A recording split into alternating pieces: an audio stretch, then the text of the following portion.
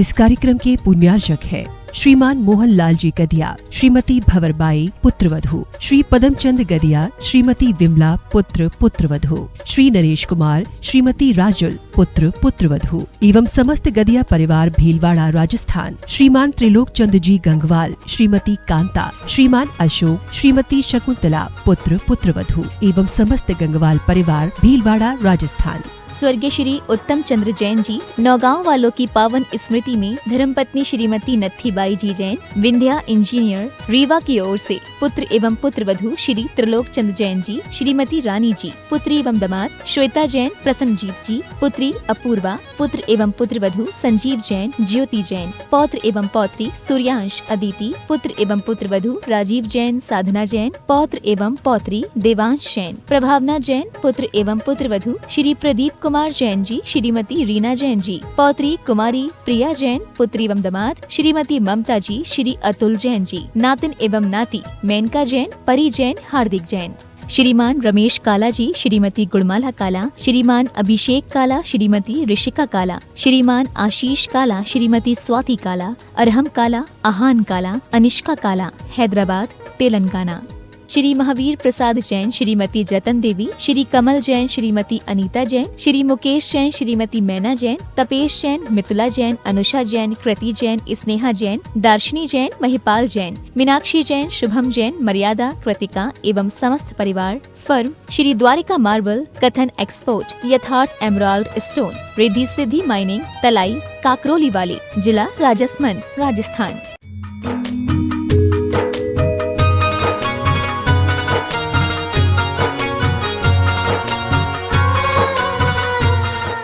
नमो अरिहंतारम्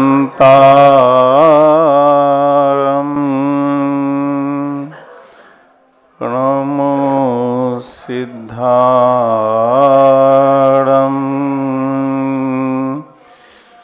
नमो आयरियारम् नमो वज्झायारम्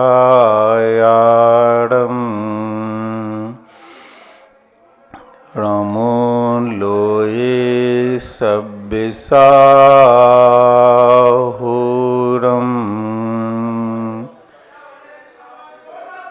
नमः श्री वर्धमानाय निर्धूत कलिलात्मने सालोकानां त्रिलोकानां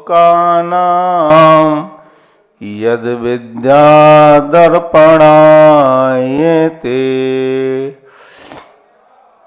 पंच परमेष्टि भगवान की 1008 श्री शांतिनाथ भगवान की जय। संत शिरोमणि आचार्य भगवान गुरुवर श्री विद्यासागर जी महामुनिराज की जय। मुनि पुंगव निर्यापक श्रमण मुनि श्री सुधा सागर जी महाराज की। आज आपके सामने एक मंगलाचरण हमने बोला अभी। यह मंगलाचरण एक ग्रंथ का है और लिखने वाले निर्ग्रंथ मुनिराज हैं और उस ग्रंथ का नाम क्या है? रत्नकरंडक श्रापकाचार। उस ग्रंथ के प्रारंभ में आचार्य समद्धभद्र स्वामी अपन सबको समझाने जा रहे हैं कि वर्तमान शासक नायक हैं वो वर्धमान स्वामी हैं। क्या बोला हमने? वर्तमान शासक नायक वर्धमान स्वामी हैं, जिन्हें अपन सब भगवान महावीर स्वामी के नाम से जानते हैं। मंगलाचरण में पहला शब्द नमः आया है। नमः मतलब नमस्कार किया है। किसको किया है? वर्धमान स्वामी को नमस्कार किया है। नमस्कार का मतलब एक तो होता है सामान से भैया जय जनेन्द्र आपस में, एक होता है नमन मतलब समर्पित हैं आपके चरणों में। तो यहाँ पर उनके चरणों में समर्पित हो रहा है भक्त। तो आचार्य महाराज कह रहे हैं कि क्यों समर्पित हो रहा है, उसने ऐसा कौन सा काम किया कि आप उनके चरणों में धूप दे रहे हैं। नमः श्री वर्धमानाए, नमस्कार, नमोस्तु। तो आगे के शब्द हैं निर्धूत कलिल आत्मने। निर्धूत माने होता है नष्ट करना। किसको नष्ट करना? कलिल। कलिल यानी कलिल माने होता है कलंक को नष्ट कर दिया है। कलिल माने क्या होता है? कलिल माने होता है कलंक। वह कलंक कहाँ है? कहाँ है कलिल? आत्मने, आत्मा में कलिल लगा हुआ है, यानी आत्मा में कलंक लगा है। वो कलंक क्या है? वो कलंक है 8 कर्म। 8 कर्म इस आत्मा में लगे हैं। तो आचार्य महाराज कह रहे हैं कि ऐसी आत्मा जो कर्मों से सहज थी, कलिल आत्मा ने उन कर्मों को निर्धूत किया है। कर्मों को निर्धूत किया है किन्होंने? जिनको हमने नमस्कार किया है। ऐसे महावीर स्वामी ने 8 कर्मों को नष्ट किया, लेकिन जब वो अरहंत अवस्था में थे, समूह शरण में थे, तो उन्होंने 4 कर्मों को नष्ट किया। 4 कर्म इस आत्मा से नष्ट हो जाते हैं तो तीनों लोकों का ज्ञान एक साथ इस आत्मा को एक ही स्थान पर बैठे बैठे दिखने लग जाता है, जैसे दर्पण में चेहरा। इतनी शक्ति इस आत्मा में उत्पन्न हो जाती है। वह शक्ति किसमें है? तो आचार्यों ने कहा प्रत्येक आत्मा में वह शक्ति विद्वान है, लेकिन उसको प्रकट करने की शक्ति चाहिए। किसमें है? मनुष्य में भी है, जैनों में भी है, अजैनों में भी है, पशुओं में भी है, चींटी में भी है, सब में है। क्या? 8 कर्मों से सहित जो शक्ति है वो प्रत्येक जीव के अंदर है। लेकिन मनुष्य पर्याय को पाकर जो जीव मुनि धर्म को स्वीकार करता है, मुनि धर्म करने के बाद वो तपस्या के माध्यम से 4 कर्मों को नष्ट करके अरहंत पद प्राप्त कर लेता है, तो उसकी आत्मा से 4 कर्म नष्ट हो जाते हैं। नमः श्री वर्धमानाए निर्धूत कलिल आत्मने। उनकी आत्मा से क्या हुआ? 4 कर्म नष्ट हुए। सालोका नाम त्रिलोका नाम यद विद्या दर्पणायते। आलोक सहित लोक जो था, उन्हें ऐसे तीनों लोकों का ज्ञान एक साथ हो गया। किसको? वर्धमान स्वामी को। कैसे हुआ? 4 कर्मों के नष्ट होने से उन्हें तीनों लोकों का ज्ञान एक साथ हो गया। तो यहां पर हमने प्रश्न ये किया था कि अपन सब ने वर्धमान स्वामी को नमस्कार क्यों किया?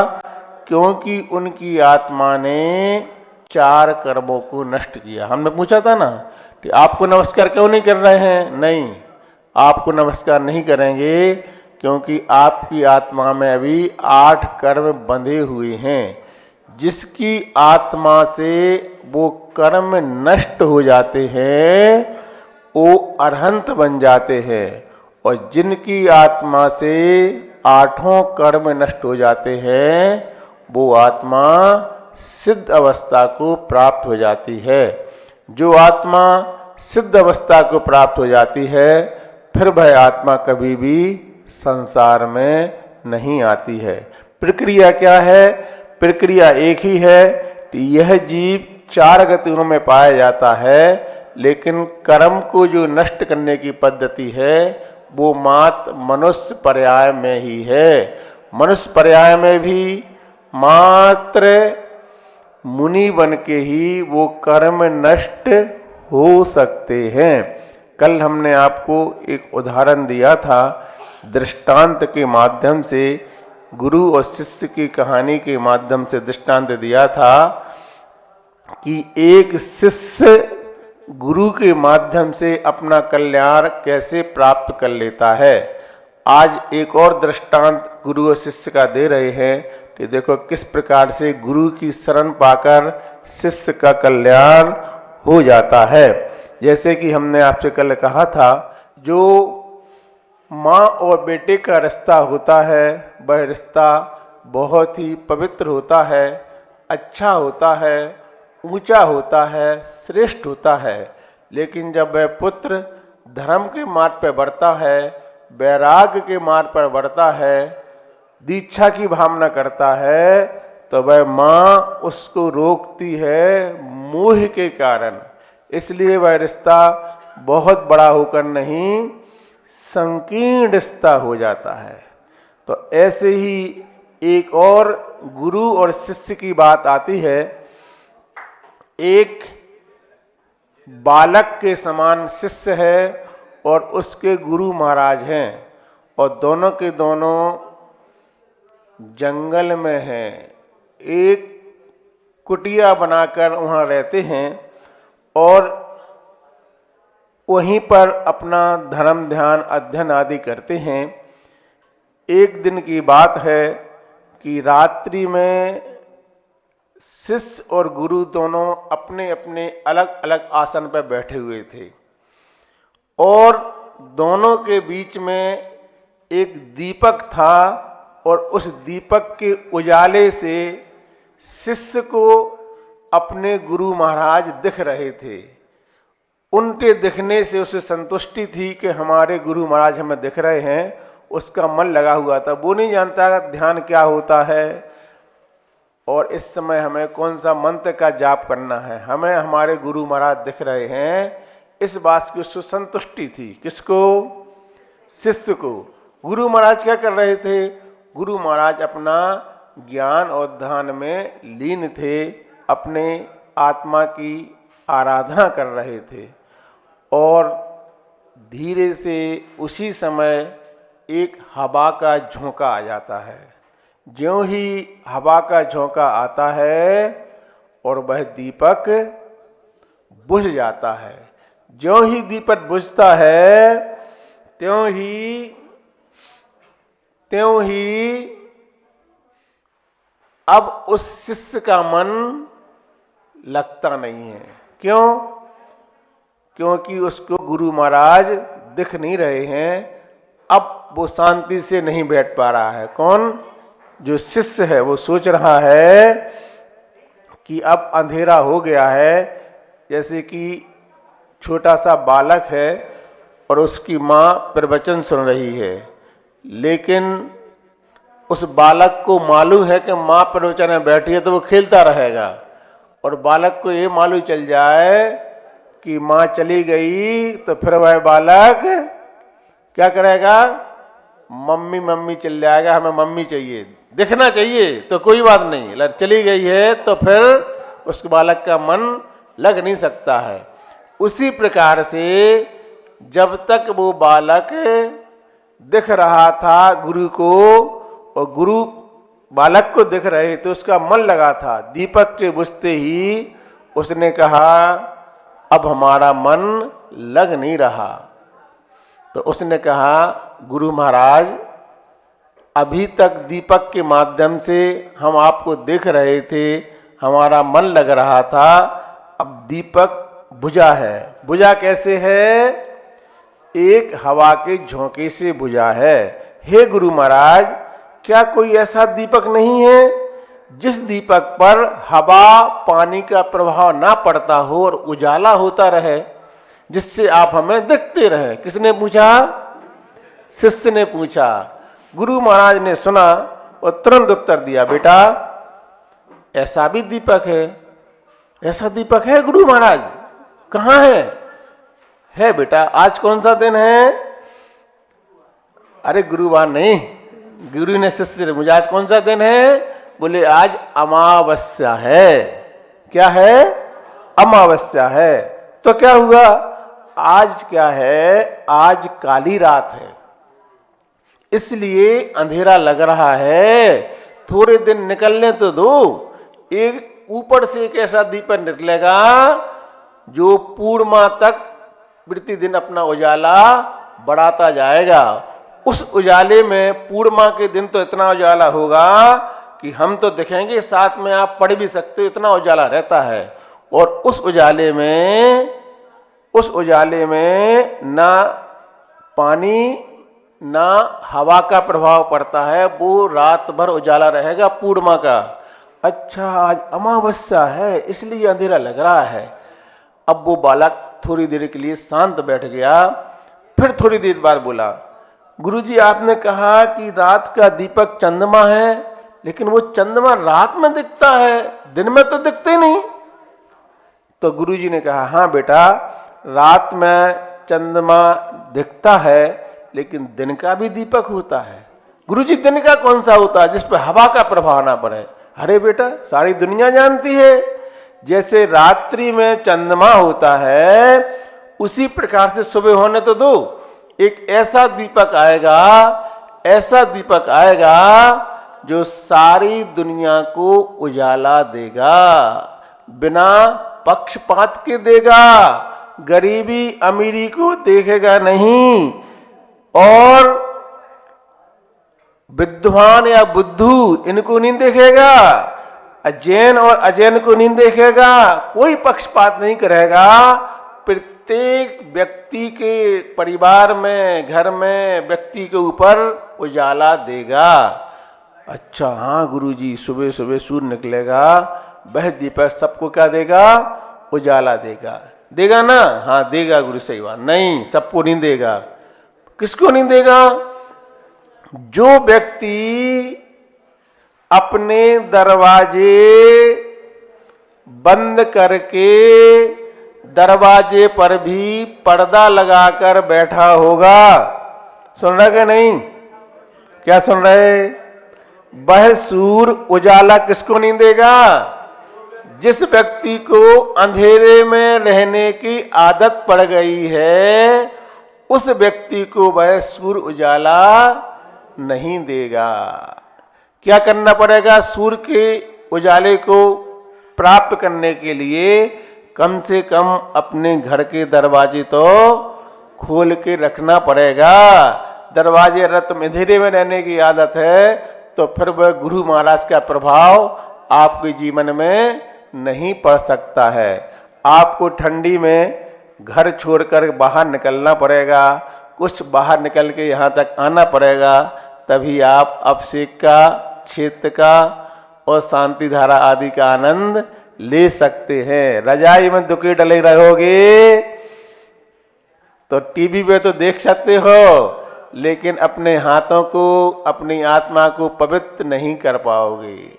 अपनी शक्ति को पहचानना है तो घर से बाहर निकलना पड़ेगा। ऐसे उन गुरु महाराज को शिष्य के लिए बताया कि देखो, जिसके दरवाजे खुले रहते हैं वहां पर ही उजाला होता है, और वह उजाला प्रत्येक व्यक्ति के जीवन में आत्मा को पवित्र करने के लिए कारण बनता है।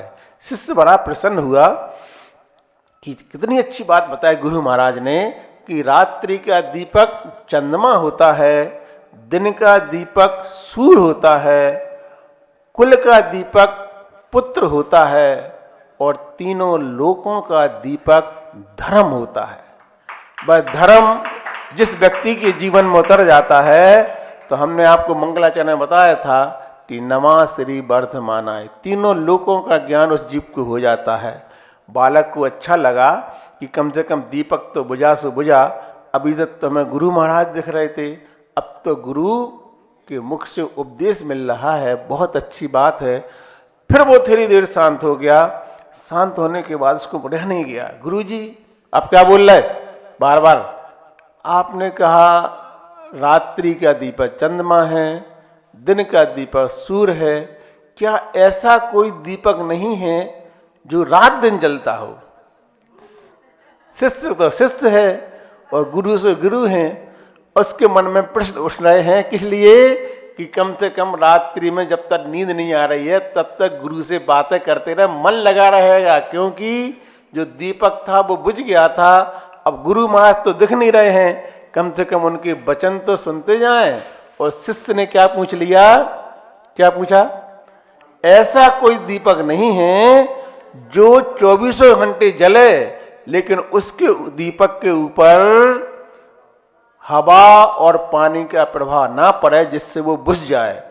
गुरु महाराज ने ज्यादा नहीं सोचा, एक ही बार में कह दिया, हाँ बेटा, ऐसा भी दीपक होता है जो 24 घंटे उजाला देता है और उस दीपक का प्रभाव कैसा पड़ता है, पानी और हवा से बुझता नहीं है।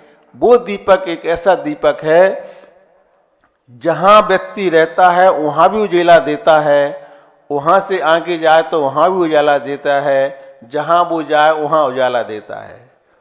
गुरुजी ऐसा भी दीपक है? हाँ, व्यक्ति को साथ ले जाना पड़ता नहीं, वो तो उसके साथ हमेशा रहता है। अरे गुरुजी ऐसा कौन सा दीपक है, आप बताओ, आज तो बहुत अच्छा लग रहा है, आपने ऐसी ऐसी बातें बता रहे।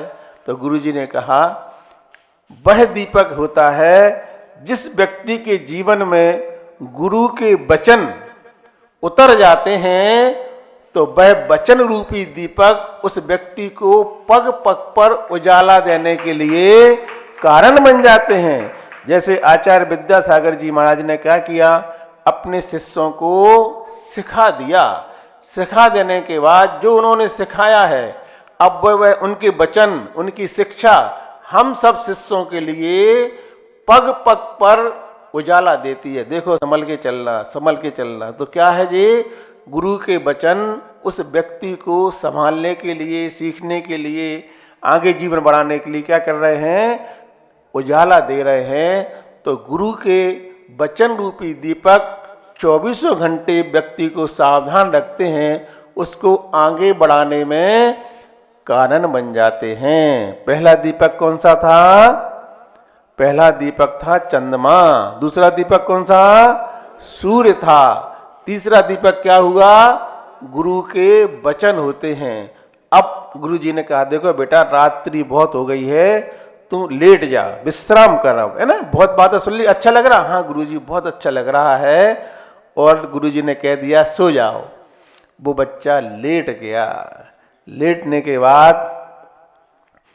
के बाद उसका फिर मन, अभी नींद नहीं आ रही है, नींद नहीं आ रही है।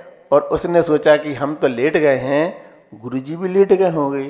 फिर भी उसने सोचा नहीं लेटे हो तो एक बार और पूछते हैं। और धीरे से कहता है, गुरुजी से देखा, अभी तक सोई नहीं जी, अभी तक इतनी बातें सुना दी फिर भी नहीं सो रहा है, ये बालक कैसा है?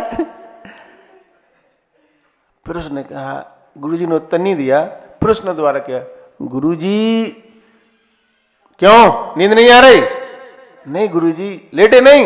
लेट तो गए हैं, लेकिन अभी सोए नहीं हैं। क्या, अब क्या चाहिए?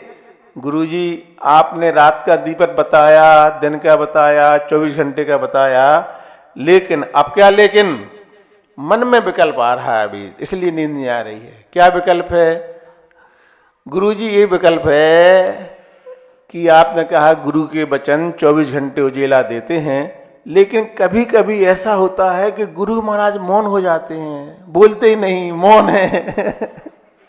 जब वो मौन हो जाएंगे तो फिर हमारे लिए कौन उजाला देगा, कौन शब्द बोलेगा, कैसे उजाला होगा? हमने आपसे कहा, बार बार बोलते हम कि आवाज आपके कान तक आ रही है। किससे आ रही है?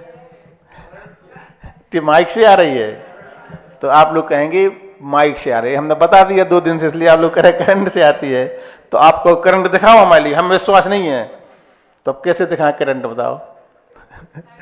देखो वो कह रहा, राजू कह रहा करंट लगा दो, ऐसे तार निकाल दे, सब दिखा दे, फिर भी दिखेगा नहीं, अनुभव होगा। जैसा करंट दिखता नहीं है, ऐसे कोई व्यक्ति मर जाता है तो समझ में आता है कि इसके अंदर जो आत्मा थी वो चली गई, वो दिखेगी नहीं फिर भी। तो वो आत्मा जो जाती है, जब तक यह जीव संसारी रहता है तब तक ये आत्मा कभी मनुष्य, कभी देव, कभी नारकी, कभी पशु, इस प्रकार से बनता रहता है। और जब ये मनुष्य पर्याय को पाकर द्रव्य क्षेत्र काल भाव की अनुकूलता रहती है, मुनि पद को ग्रहण करता है, पहला सैनन होता है और उसकी शुक्ल ध्यान की अवस्था बन जाती है, तो वो अरहंत अवस्था को प्राप्त हो जाता है। ये मुनिराज के प्रवचन, ये ग्रंथों का स्वाध्याय सुनने से क्या फायदा होता है? अपने अंदर वो चीज जागृत होती है, पिपासा जगती है कि हे भगवान, हम इतना परिश्रम कर रहे हैं, इसलिए कर रहे हैं केवल परिवार को और बच्चों को और रिश्तेदारों की सेवा के लिए कर रहे हैं, लेकिन इतना ही परिश्रम हम धर्म के मार्ग में करते, धर्म को पिपासा में करते, तो एक ना एक दिन हम आपकी अवस्था को प्राप्त कर लेते। जब यह जीव उन गुरु महाराज के पास आकर बैठता है, उनकी शरण में बैठता है, उनकी बात को सुनता है, तो इसे अपना भान होता है। जैसे पारस मणि के पास शक्ति है, क्या शक्ति है बोलो?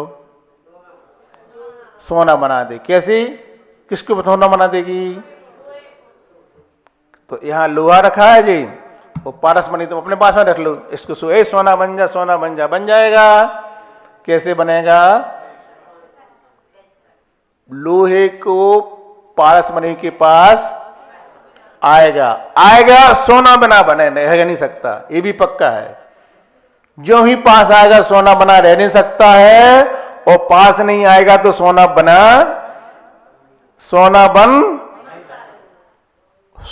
बन सकता नहीं, और पास आएगा तो सोना बने बिना। समझ रहे ना हम क्या कहना चाह रहे हैं? समझे ना? हाँ, जब तक जिनमानी भगवान गुरु के करीब में नहीं आएंगे, तब तक अपनी आत्मा परमात्मा का रूप ग्रहण नहीं कर पाएगी, और आएगी तो हमें ऐसा ना है कि हमारे परिणाम उस भगवान बनने के ना हो। दोनों बातें हैं। इसलिए जब हमें भान होता है कि हम जो भी क्रिया कर रहे हैं आत्मा को पवित्र बनाने के लिए कर रहे हैं, वो पवित्रता बन रही है नहीं बन रही है? अगर आत्मा के परिणामों में प्रसन्नता नहीं आ रही है, ईर्ष्या के भाव हो रहे हैं, शांति हरा करते समय, आहार देते समय, जाप देते समय होते, जैसे बहुत होता है। 90% श्रावक क्रिया करता है, फल प्राप्त नहीं कर पाता। कितने %? क्यों नहीं कर पाता है? चौका लगाता है, पड़ोसी के हार हो जाते हैं, संक्लिष्ट करता है, चलो नहीं क्या हो रहा, हमारा तो महाराज जी देखे नहीं रहे, सुने नहीं रहे, कौन सी नाराजगी हो गई बताओ, क्या बात है? क्या है? क्षमता नहीं है। क्या बात है? क्या कारण है? क्या हो रहा है? क्यों नहीं आ रहे हैं? विकल्प उठना चालू हो जाते हैं। कर्तव्य करते चले जाओ, फल मिलने का इंतजार कर रहा है। शांति हरा करना, अरे यार बात जी आ गया बताओ, हमें करना दीजिए, मन तो सारे ऐसे हमें पीछे पड़ा, जब देखो हमारी बोली बढ़ा देता है। क्या परिणाम चल रहे हैं? उसके प्रति खराब परिणाम चल रहे हैं।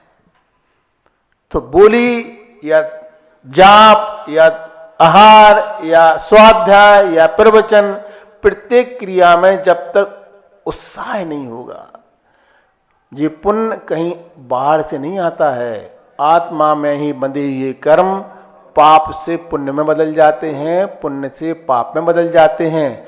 बाहरी क्रिया उसमें मात्र निमित्त बनती है, और कब तक निमित्त बनती है? जब तक तुम धर्म में आगे नहीं बढ़े। ज्यों-ज्यों तुम धर्म में आगे बढ़ते चले जाओगे, ये क्रियाएं सब छूटती जाएंगी।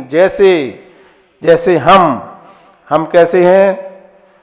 हम ऐसे हैं कि हमारा मंदिर जाने का भी नियम नहीं है। मंदिर का नियम नहीं है हमारा, सुन रहे कि नहीं?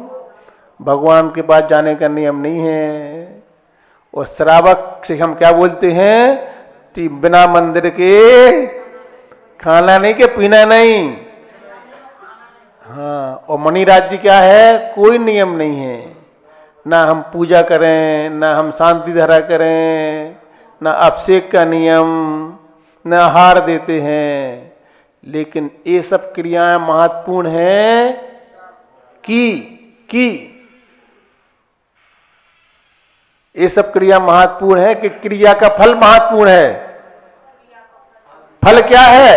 इन सब क्रियाओं के माध्यम से आत्मा पवित्र होती है। अगर आपकी आत्मा पवित्र बनी बैठी है तो फिर आपको क्रियाओं की आवश्यकता नहीं पड़ेगी। तो कोई श्रावक कहता है महाराज जी ठीक है, अब आत्मा हम पवित्र करते हैं अपनी और सब क्रियाएं बंद करते हैं। सुन रहे कि नहीं आप लोग? बड़ी महत्वपूर्ण बात बता रहे हैं, ठीक है ना। हम तो बस हमारे भाव अच्छे, ना हमें शांति करना, ना आपसे करना, ना हार देना, हम तो अच्छे भाव रखेंगे। अब तो ठीक है ना। भाव से क्या हुई है? भाव से सारी दुनिया चलती है। बाजार में भाव की कीमत है, भाव की कीमत है। लॉकडाउन के पहले पुस्तकें सस्ती थी, अब महंगी हो गई क्योंकि भाव बढ़ गए। हर चीज में अंतर आता है। भाव का साला खेल है, धर्म में भाव का खेल है। अब बोलो, अब बोलो, अब हमारी सुनो, बोलो नहीं, ऐसे तो कह रहे हम समझा रहे पूरी, आप एक टक सुनते जाओ। बहुत अच्छी बात बता रहे हैं। श्रावण ने क्या कहा? हम अपने भाव अच्छे रखते हैं, मुझे क्रिया नहीं करना। कई लोग कहते देखो महाराज जी हम पूजा पाठ नहीं करते हैं, न कुछ करते हैं, लेकिन हम अपने भाव अच्छे रखते हैं। अब बोलो जवाब दो, न क्या जा रहे हैं आप?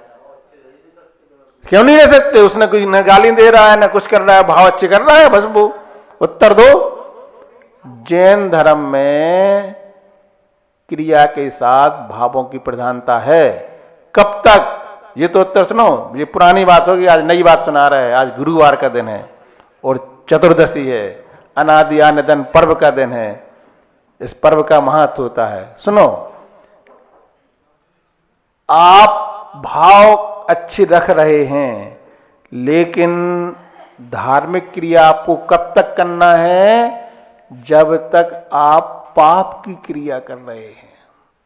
क्या आप घर में रहकर भाव अच्छे तो रख सकते हैं, पाप की क्रिया छोड़ सकते हैं? बोलो। खाते समय, चलते समय, बोलते समय, पहनते समय, नहाते समय छूटेगा पाप? तो हम मंदिर नहीं जाते, मंदिर का नियम नहीं है, लेकिन पांचों पापों का त्याग है। अब समझो, अब जी उत्तर है उसका क्या? जब तक आपने पापों को नहीं छोड़ा तब तक आपको पुण्य करना पड़ेगा। मतलब जैन धर्म में कहां तक करना है धर्म? जब तक तुम अधर्म कर रहे हो। अधर्म करना छोड़ दो, फिर धर्म की आवश्यकता ही नहीं है। ये हम बता रहे हैं आपको। मैंने अब से छोड़ दिया, शांति धारा छोड़ दी, कुछ करते नहीं। आप लोग 2-2 घंटे पूजा भक्ति खड़े रहते, हम 10 मिनट में दर्शन करके चले जाते। क्यों? अधर्म छूट गया। महत्व किसका है ये बात लिख लो। आदमी दारू पी रहा है और अभिषेक कर रहा है, बताओ। समझो इस बात को। आप पहले पाप छोड़ दो, धर्म थोड़ा कम करो। जुआ खेल रहा है और गंदे काम कर रहा है और महाराज के आगे पीछे फिर रहा है, तो फिर गलत बात है। इससे तुम बदनाम होगे, धर्म बदनाम होगा। क्या करना है? उन मुनिराज जी ने क्या किया? पांचों पापों का त्याग किया।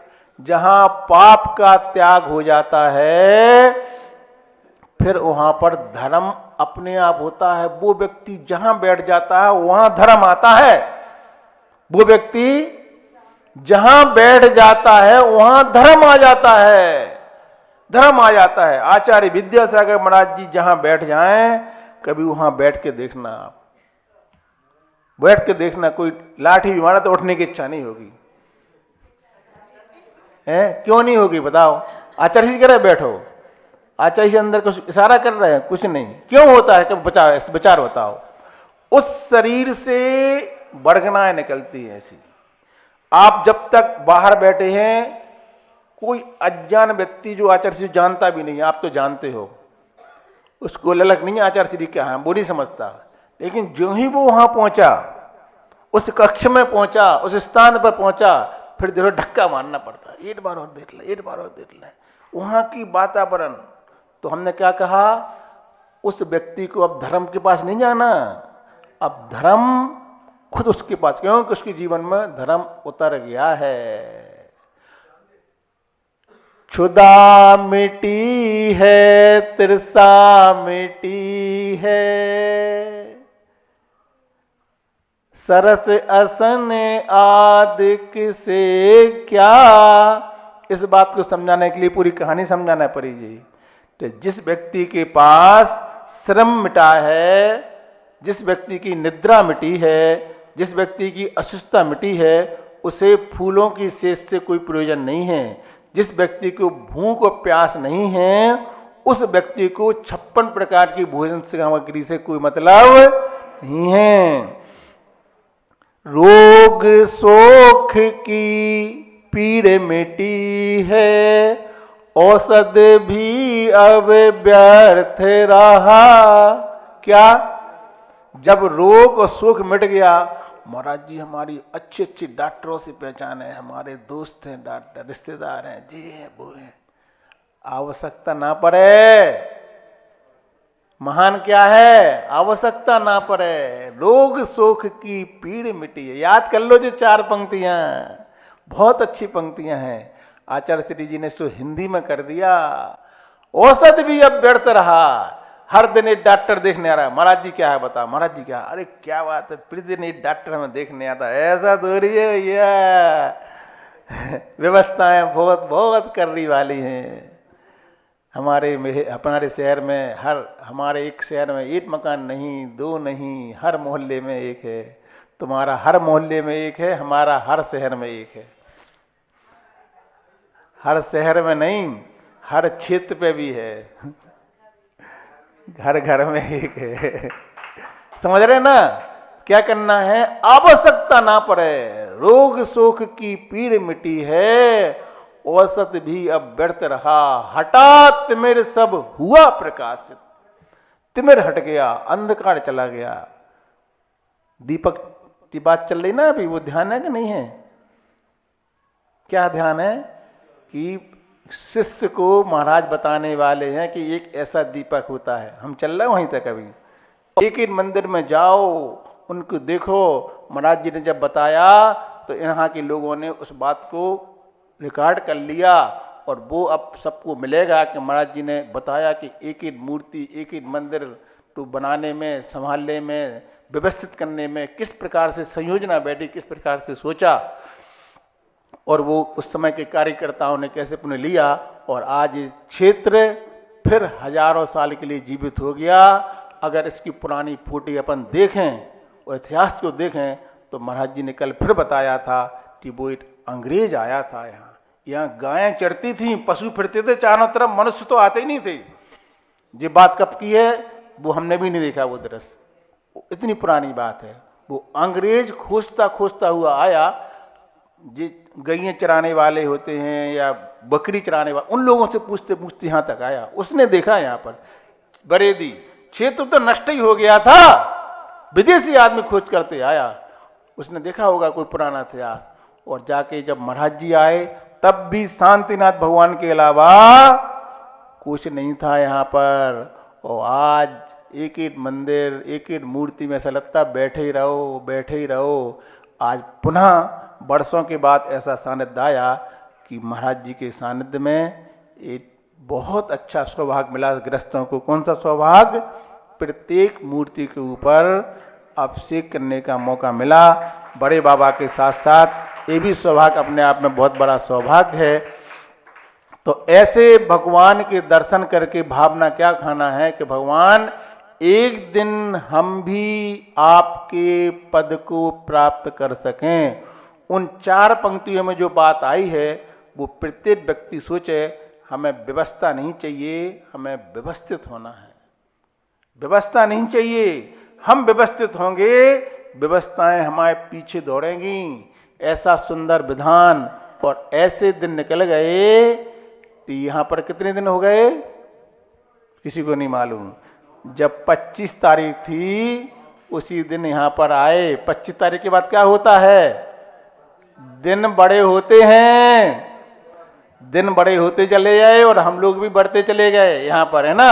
और 25 तारीख से आज 5 तारीख है, गिनेंगे तो 11 दिन होंगे, लेकिन दिन हो गए हैं 12 दिन हो चुके हैं। आज बहुत अच्छे से ऐसा लगा कि जो 4 महीने 5 महीने ललित पर्व के रहे उसमें वो चीज का आनंद नहीं आया जो 12 दिन में शांतिनाथ भगवान के पास रहकर क्षेत्र का आनंद आया, क्षेत्र जो आनंद आया वो अपने में विचित था। तो इस प्रकार से 4 पंक्तियों ने बताया हमें व्यवस्था नहीं व्यवस्थित होना है। वह जो शिष्य था उस शिष्य ने पूछ लिया कि ऐसा दीपक बताओ जिसमें गुरु नहीं बोलते हैं, तो हम कौन सा दीपक जलाएं। तब गुरु महाराज ने अंत में कहा कि ऐसा एक दीपक है। कैसा दीपक है? एक ऐसा दीपक है कि जो व्यक्ति उस दीपक को प्रकट कर लेता है उसके जीवन में कभी अंधेरा नहीं आता है। शिष्य कहता है गुरु महाराज आप तो हमें बता दो, हम तो अब उस दीपक को प्रकट करके रहेंगे, हमारे मन में आ गया आवाज, आपने बहुत कुछ बता दिया है। तब वो कहाँ मिलेगा, कैसे मिलेगा, कैसे लाएंगे, कहाँ जाना पड़ेगा, कितनी दूर है, कितना श्रम होगा लाने में। गुरु महाराज कहते कहीं नहीं जाना। क्या करना? कहीं नहीं जाना, बस साइड दे दो रास्ता निकलने के लिए, और कुछ नहीं जाना, कहीं जाना ही नहीं। जो दीपक के लिए व्यवस्था तुम्हारे पास ही है। और गुरु महाराज से उस शिष्य कहता महाराज जल्दी बताओ, अब हमें आकुलता हो रही है, ऐसा कौन सा दीपक है? वो कहते हैं जी जहां आकुलता तुम्हारी शांत हो जाएंगी, आकुलता शांत हो जाएंगी, और शांत होने के बाद तुम कुछ बाहरी भेष को बल दोगे तो वह दीपक प्रकट हो जाएगा, तुम्हें कहीं से लाने की आवश्यकता नहीं पड़ेगी। गुरु महाराज शांत तो हो जाएंगे, बाहरी भेष क्या बदलना है? वो भेष बदलने की कला हमारे पास भी नहीं है। कौन बोला? गुरु महाराज बोले। फिर क्या करना पड़ेगा? तुम्हें खोज करना पड़ेगी। किसकी? जो तुम्हारे भेष को बल देगा। वो कौन होंगे? वो कोई दिगंबर साधु होंगे जो तुम्हारे भेष को बल देंगे। उससे क्या होगा? जब तुम उस भेष को धारण कर लोगे तो तुम्हारे अंदर उस दीपक को प्रकट करने की शक्ति आ जाएगी। बात प्रारंभ कहां से हुई थी? गुरु और शिष्य के बीच में दीपक जल रहा था, वो हवा से बुझ गया। उसका कारण पूछा तो उन्होंने चंद्रमा बताया, सूर्य बताया, गुरु के वचन बताए, और लास्ट में ये बात आई तो उन्होंने कहा तुम्हारे अंदर भी ये दीपक जलाने की कला है। और वह शिष्य शांत हो गया, शांति से बैठ गया, सोया नहीं, बोला नहीं, शांत हो गया। सुबह उठता है, गुरु को प्रणाम करता है, कुछ बोलता नहीं है, चला जाता है, दिगंबर मुनि की खोज करता है, उनसे दीक्षा ग्रहण करता है, तपस्रण करता है, और उसी भाव से केवल ज्ञान को प्राप्त कर लेता है। और केवल ज्ञान के प्राप्त करते ही दीपक जल गया, अब नहीं बुझेगा। वैसे तो जिंदगी खूबसूरत है, वैसे तो, लेकिन इसे समझने की जरूरत है। वैसे तो जिंदगी खूबसूरत है, लेकिन इसे समझने की जरूरत है। ना समझो तो शैतान का घर है, और समझो तो भगवान की। ना समझो तो शैतान का घर है, और समझो तो। समझ गया वो कि हमारे अंदर ही देवता विराजमान है, कहीं बाहर नहीं खोजना है। वो दिन कब आए कि हम उस केवल ज्ञान रूपी दीपक को जलाने की शक्ति प्रकट कर सकें। व्यक्ति क्या कर रहा है? कमा रहा है, बांट बैठा है गठरी। क्या बोला हमने? बांध बैठा है गठरी पगला दौलत की। बांध बैठा है पगला गठरी दौलत की, लेकिन जो साथ जाना था वो तो अभी कमाया ही नहीं। बांध बैठा है पगला गठरी दौलत की, लेकिन जो साथ जाना था वो तो अभी कमाया ही नहीं है। उस कमाने के लिए हमें शांत होना पड़ेगा, संयम लेना पड़ेगा, व्रत लेना पड़ेंगे, कुछ आगे बढ़ना पड़ेगा, तो हमारी आत्मा की वह शक्ति प्रकट होगी, जिस शक्ति के द्वारा थोड़ा श्रम करने से बहुत फल मिलेगा। गृहस्थ क्या कर रहा है? बहुत मेहनत कर रहा है। कितनी बजाना भैया जी? हाँ, कितनी बजाना? तो बहुत श्रम कर रहा है, लेकिन फल बहुत कम हो रहा है, क्योंकि परिवार के साथ है।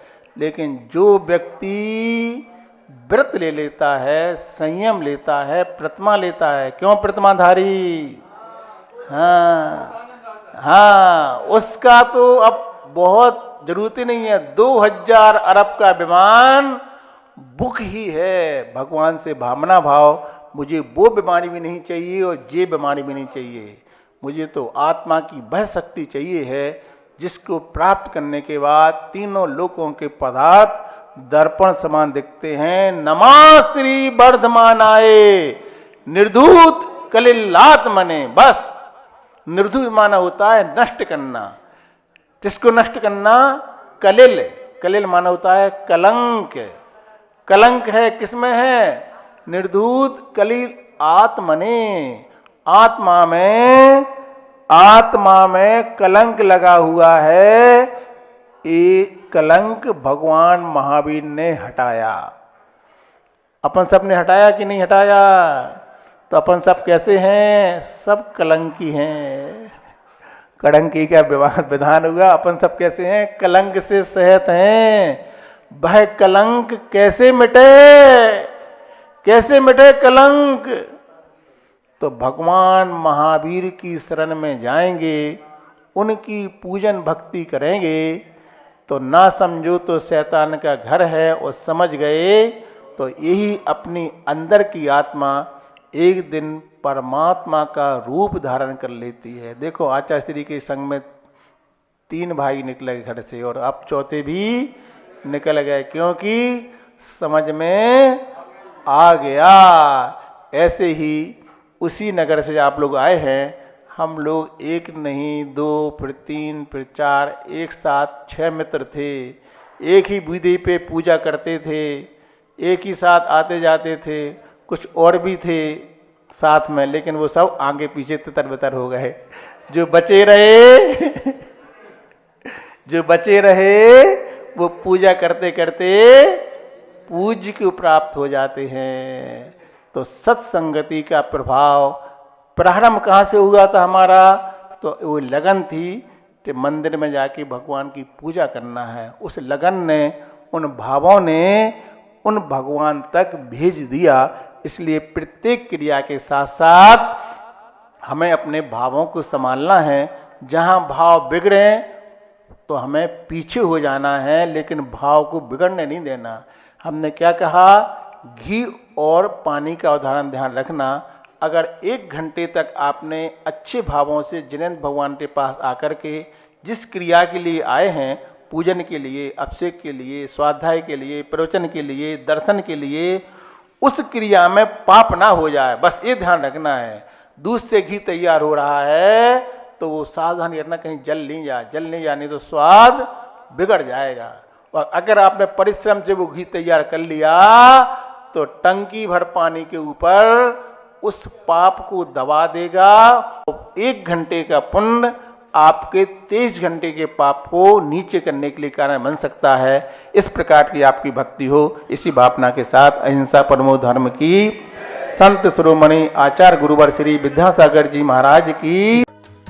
इस कार्यक्रम के पुण्यार्चक थे श्रीमान मोहनलाल जी गदिया, श्रीमती भंवरबाई पुत्रवधू, श्री पदमचंद गदिया, श्रीमती विमला पुत्र पुत्रवधू, श्री नरेश कुमार, श्रीमती राजुल पुत्र पुत्रवधू एवं समस्त गदिया परिवार भीलवाड़ा राजस्थान, श्रीमान त्रिलोक चंद जी गंगवाल, श्रीमती कांता, श्रीमान अशोक, श्रीमती शकुंतला पुत्र पुत्रवधू एवं समस्त गंगवाल परिवार भीलवाड़ा राजस्थान।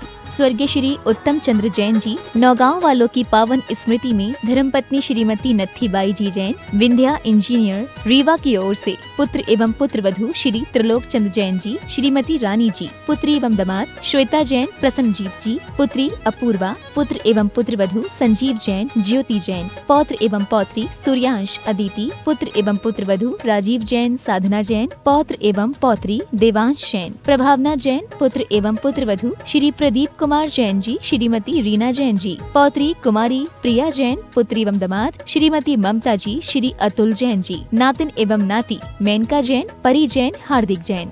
श्रीमान रमेश काला जी, श्रीमती गुणमाला काला। श्रीमान अभिषेक काला, श्रीमती ऋषिका काला। श्रीमान आशीष काला, श्रीमती स्वाति काला। अरहम काला, आहान काला, अनिष्का काला, हैदराबाद तेलंगाना।